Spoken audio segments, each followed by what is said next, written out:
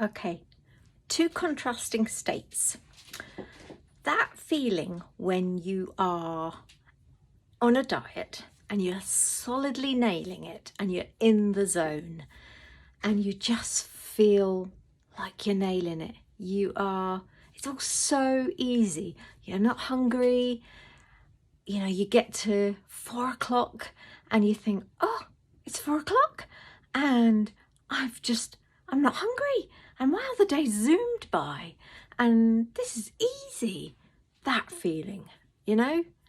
And then the other feeling, say you've just come back from holiday and you're trying to get back in control of your eating, or really relevant at the moment with Christmas coming up, maybe Christmas is just behind you and you're trying to grapple back control of your eating, or trying to get back on plan or onto any diet after you've maybe been on plan or on a diet, and you want to get back in control after Christmas, and you just can't seem to do it, and you want to do it, and you felt like you were in the zone just before your holiday or just before Christmas, and it was really easy then, and you just can't seem to do it.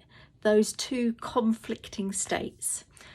I have a story about that which I think just summarizes those two states perfectly. Not my story, it's my sister's idea. We were discussing those two states once, and we chat once a week together on the phone, and we were discussing these two states, and she described it like this, and it just resonated with me so much that I've shared it with my dieters ever since. She describes it, and now I describe it, as like we have a dragon inside of us. And when we are on plan, when we're dieting really successfully, our dragon is fast asleep. It's fast asleep. It's not bothering us at all. And when we are struggling to get back on plan, it's like our dragon is wide awake and it is roaring. Now, I don't think about this dragon as a grumpy, angry, horrible, scary dragon. I actually think of it as a very friendly dragon, weirdly, but you'll see why in a minute. I think of this dragon as it's a dragon that's trying to look after me and protect me in some way, and you'll see why in a minute. So this dragon is one that loves sugar in all its guises: potato, sweets, cakes, sugar in the form of sweets, cakes. Have I said cakes already? I don't just mean the sweet sugar, but mashed potato or roast potatoes with Christmas dinners coming up, chocolates, you know, any form of sugar that gets broken down, be it savoury or sweet. And what happens when we're on plan or dieting is usually carbohydrates are kept to a minimum. And so sugar is what feeds this dragon. Now, this dragon is addicted to sugar, addicted to it. Now, when you don't feed the dragon, it just goes to sleep. It's not being fed, and so it just goes, oh, okay, and it just curls up, and somewhere inside of me, so my sugar dragon is utterly addicted, but because I'm not feeding it, I mean, I'm solidly on plan. I must be day 54 now. I am solidly, my dragon, sugar addiction dragon, is fast asleep, not being fed, so it's curled up fast asleep. So I'm not feeding it, it's fast asleep.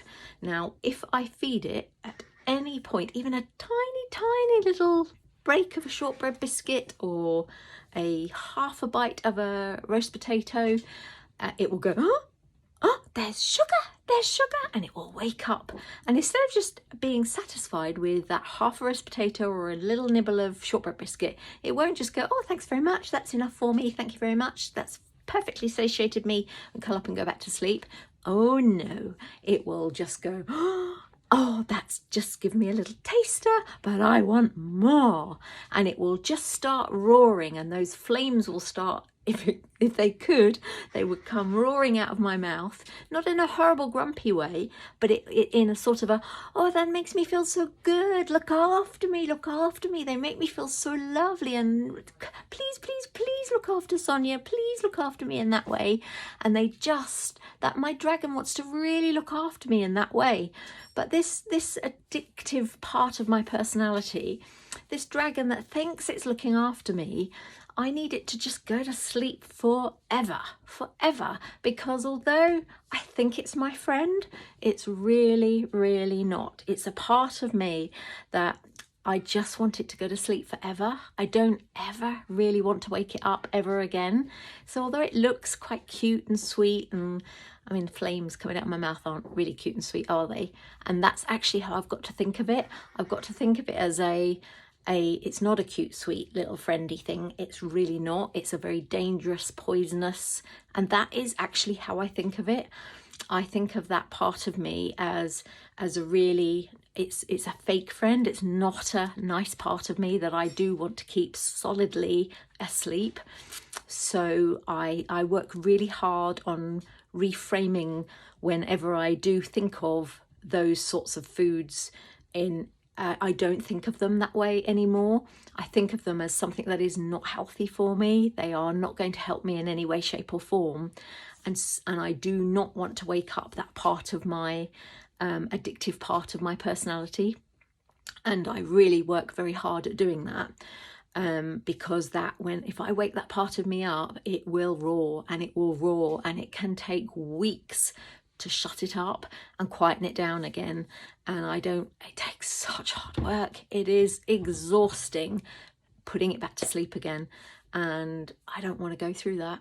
I really don't. So there's my sugar dragon story for you all.